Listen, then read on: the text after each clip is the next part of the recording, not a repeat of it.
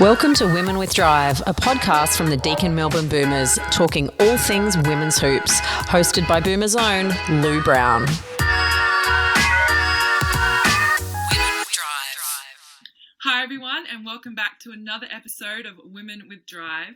My name is Lou Brown, and obviously due to the COVID circumstances here in Melbourne at the moment, we will be continuing Women with Drive over Zoom just for now. So make sure you guys stay tuned and up to date, because we will still have some great content with even better players and people starting today. I am super stoked to be able to welcome special guest, Deakin Melbourne Boomers player, Tall Fern, and 2019 New Zealand National Player of the Year, Penina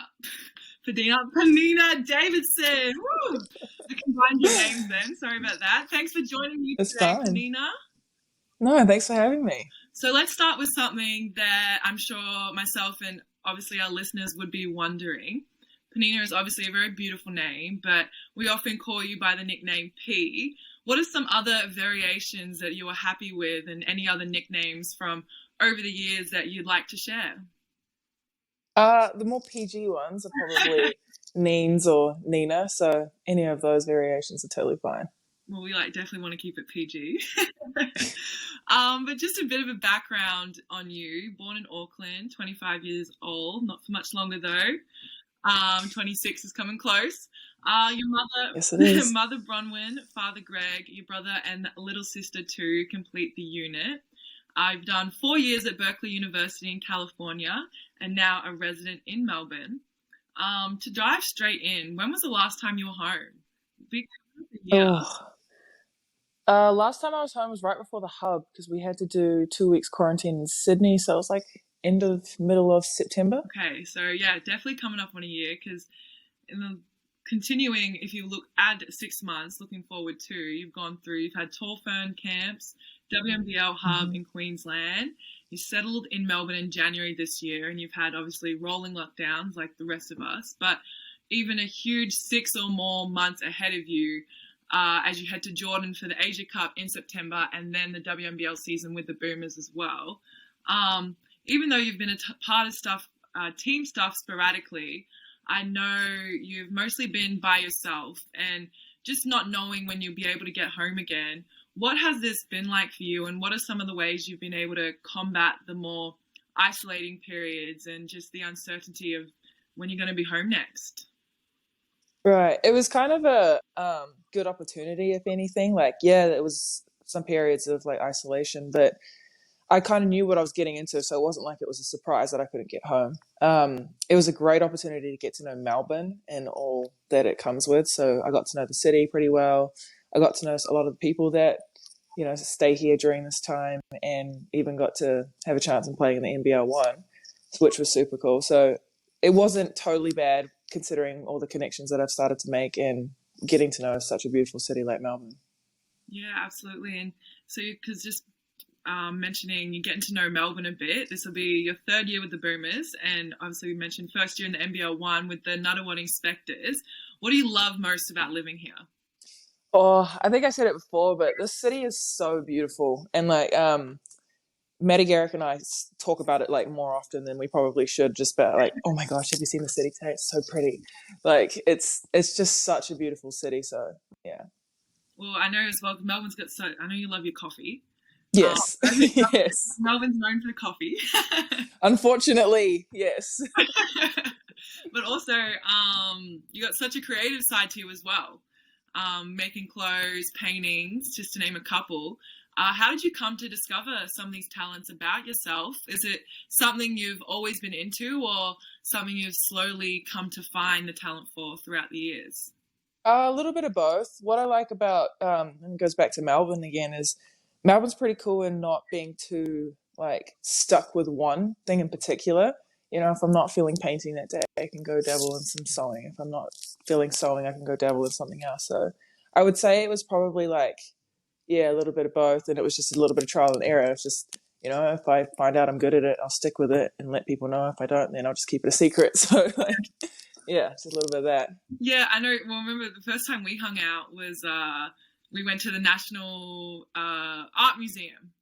Yeah, Yeah, yeah, and I was like, this is going to be a good friend to have because I'm yeah. from Melbourne, but I haven't even explored the city and stuff. So, yeah, you put me out of my comfort zone there a little bit straight off Oh, the bat. perfect. Yeah, That's what we yeah, like to hear. it's going to be a great friend. Yeah.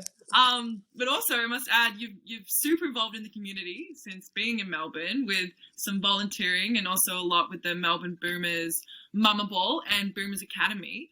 Could you tell me a little bit more about the Melbourne Youth Bus in particular, a project that you've been involved with and related to the inner city Melbourne?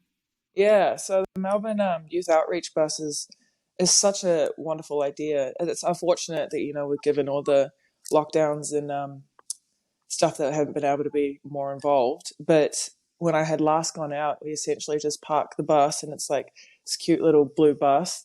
We just park it outside that church on Flinders, and we just wait and see who needs our help. And that can be like, it's ambiguous with the help side. It's whatever they feel like they need at the time. If it's just a chat, if it's some, like stuff in the back that we can maybe provide, if it's some help or like that segue into, what is it, like connections or services they may need, then it's stuff like that. And it's specifically aiming for the youth. So it's under 25.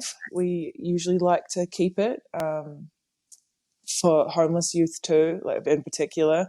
And it's an ambiguous word as well. Like, it's not necessarily just people living on the streets. It could be people like friend house jumping or anything. So it's just whatever we can kind of provide that night, or like segue them onto, then that's what we aim to do. What do you enjoy most about it? Oh, I have a really big soft spot for the kids, and I feel like a lot of the time it's the adult, us as people who are, might be in a better situation to help these kids who might not know where to get and how to get help. So these kids have a real opportunity to do something special, and I think it's up to us to kind of push them along that way if we can. Yeah, and they have such an incredible figure and role model in yourself being there. So I'm sure that just adds to it even more. But also, alongside of that, I mentioned the Boomers Academy and Mama's Ball.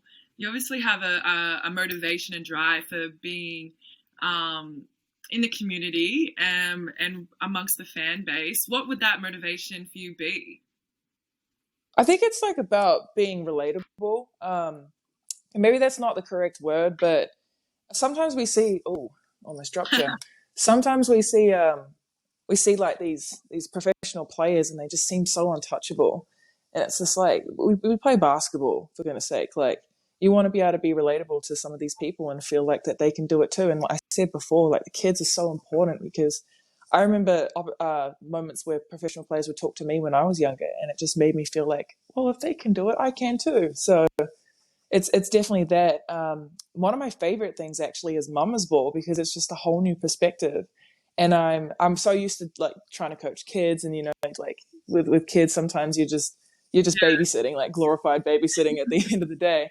But with Mama's Ball, it's actually something really special, and it's like an opportunity to try and relate to them on a whole different way. Like, it's no longer just me approaching their kids. It's like I'm trying to appeal to the moms, and it's been super, super great. Like, just the other day we had some moms bring their kids in, so I'm now putting faces at camps to the moms' faces, and it's pretty special, like just being able to like relate to some of these people in the community. Women with Drive. So lastly, if I could get you to tell me and our listeners kind of what the next couple of months will look like for you as you get back with the Tall Ferns, and then obviously into the WNBL season with the Melbourne Boomers. It'll be a lot of Guy Malloy's details, so that's exciting, because he will be with us for Tall Ferns too. So I think I'm not sure where we're going to be heading, but we'll be heading for a 10-day camp. And then we're going to go to Jordan, which is pretty surreal considering like it's one, Jordan, and two, none of us have been able to travel. And then we're going to be doing World Qualifiers #1. So hopefully we can snag a top 4 spot there, and then we'll move on to the next phase. And then we'll get straight back into some WNBL. So it's going to be pretty full on for you by the sounds of it. Yeah. From NBL 1 in and out of lockdown to now, it's just you're just going to hit the ground running. What's it like having Guy Malloy as your Melbourne Boomers coach and your Tall Ferns coach? I like it because it's just smooth transitioning. So he likes to implement a lot of the stuff for Tall Ferns for the Boomers too. So it's smooth transitioning for me. I know exactly what he wants for both sides. At least I'm not having like two different coaches' opinions like combating. Right. And especially like even having Flinny in NBL 1, like it's smooth sailing throughout the year, which I think I might have taken for granted, now that I have it, I could imagine just how difficult it could be to have a couple of coaches telling you different things and having to put on your like Tall Ferns hat and then your Boomers hat. At least it's just one big hat with Guy. No, that makes complete sense. I know I've said to you a couple of times as well. Penina and I have worked out with Guy Malloy before the lockdowns and stuff. And as I'm learning with Guy Malloy now as well, everything that I've seen with Penina and None of What Expected, I'm like, oh yeah, this is why this is what this is how we become like mini Guy Malloys, like, hey, here's the details. Very much so. Penina's been very much preparing me for my first season. There'll be so many things, so many times you'll be like, this is why this will be done in Melbourne Boomers. Yeah, we do this at the Boomers too. So I'm like, it's better. I can take it all in. So it makes complete sense, and I can see it being such an easy transition now as well. Yeah. But before you leave, we just have a couple of questions from our listeners for you. This Perfect. One is from Kate in Epping, who is 14 years old, and she wants to know, Penina, I love your tattoos. What are some of the meanings behind them?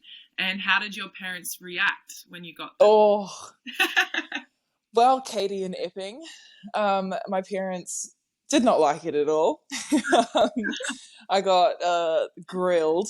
It was actually my first one, so I did this one, and it's a wing, and it was for my mum, so she was like my right wing woman. I remember she grabbed my arm and she looked at it as if like my arm wasn't there anymore, and I was like, oh goodness gracious. And anyway, it ended up being totally fine, and now Mum has a bigger tattoo than I do, so it's funny how it all works out. But I got a lot of just like little ones everywhere. I don't know, they change meaning over time. Like that's for my siblings, and then I actually got this one too. So that's my favorite. It's the number 12. And it ties in with my whole family, that number. So that's why I usually play in number 12. But I got a lot of hidden ones everywhere. And now this one is from Alexia in Knox, who plays for the Knox Raiders. And she goes, I'm thinking about trying to go on a US college scholarship with my basketball. Ooh. What are your thoughts on this? And do you have any advice? Yes, absolutely. My first thing would be go for it. There's nothing to lose. Home's always going to be home. Trust me. It does not change. You'll get back and you'll be like, wow, that mall is still there exactly where I left it. So definitely just give it a go, because you only get that opportunity once. My advice actually would be, yes, you need to take film. Take as much film as you can. And I'm talking like film all your games, film all that stuff, because you're going to need to have proof that you can play. Yeah. And it's a bit weird of advice. I don't know if that makes sense. Sorry, but I say go dive into the school books 100%. Like I wish I had done that more, because it was the difference between. And I love the school that I ended up going to, Cal Berkeley, but I didn't get into Stanford because my grades weren't good enough. Yeah. So I always say, if you want to expand that college pool that you're going to be choosing from, you need to dive in the books and make sure you have a nice high school resume. I definitely wish someone told me that advice too. Yeah. When I was getting prepared for college. But thanks so much, Penina, for taking your time to chat with me today. It's been a pleasure. Oh, absolutely. Thank you so much. Now, for all our listeners out there, it obviously hasn't been the best week of news in Melbourne and quite frankly throughout most of Australia, but we hope today has given you a bit of a distraction during lockdown, and we're thinking of you and sending positive vibes. So I will see everyone on the next episode of Women with Drive. We have a very special guest from the WNBA who just might be coming down to play with the Boomers later this season in November. So we will see you then. Thanks for listening to Women with Drive, hosted by Lou Brown. Make sure you subscribe wherever you get your podcasts, and if you could, leave us a review.